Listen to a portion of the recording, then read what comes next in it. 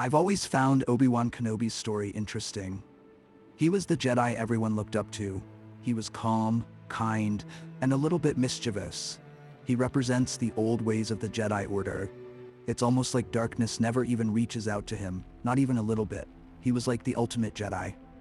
As a Padawan, Kenobi was rebellious and often broke the Jedi rules. However, during his early training under Qui-Gon Jinn, he preferred strict rules and followed the Jedi Code closely. When Obi-Wan took Anakin, he was just 25 years old. Having spent most of his life in the Jedi Temple, Obi-Wan lacked the ability to address young Skywalker's struggles and fears. Obi-Wan viewed himself as an older brother, but what Anakin truly needed was a father figure, someone who could guide him on the right path. When Anakin became a Jedi Knight, their relationship evolved into a comfortable one, like equals and best friends, almost brothers. However, there wasn't a deep level of trust and connection between them, the kind that true friends and brothers should have. There weren't any deep discussions about their emotions and personal problems.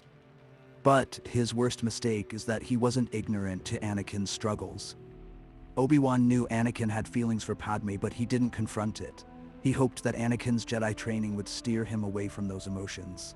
He never addressed any of his brother's fears and struggles. Obi-Wan was a great mentor, a great partner, and an outstanding Jedi. He experienced his own struggles with love and romance, with Duchess Satine, a woman he once cared deeply for.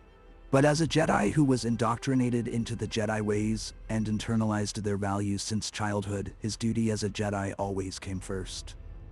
Throughout his whole life, Obi-Wan witnessed tragedies on both personal and galactic scales, and despite all his efforts, he ultimately fails to prevent any of it.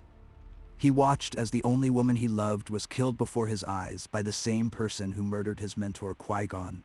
Commander Cody, affected by Order 66, betrayed him.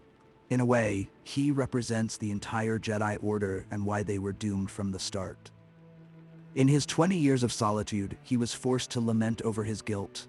The guilt that he failed to fulfill his promise to his master, the guilt that he failed to save Anakin, the guilt of having to watch the Empire destroy countless planets while he had the strength to stop it all from ever happening.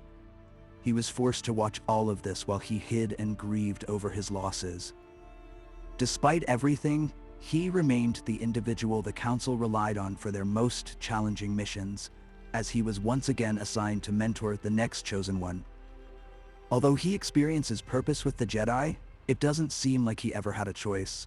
In his own way, he's just as much a slave as Anakin was. Even after everything, Kenobi pulled himself together.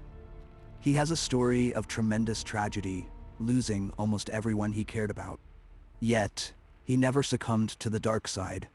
His inflexibility and loyalty to the Code shaped him in this manner. In a way, that unwavering resolve and his allegiance to the Code itself are what enable him to let go, letting go of everything and everyone he's ever lost. He is a man who doesn't seek glory or recognition. His loyalty, honor, and commitment to peace define who he is.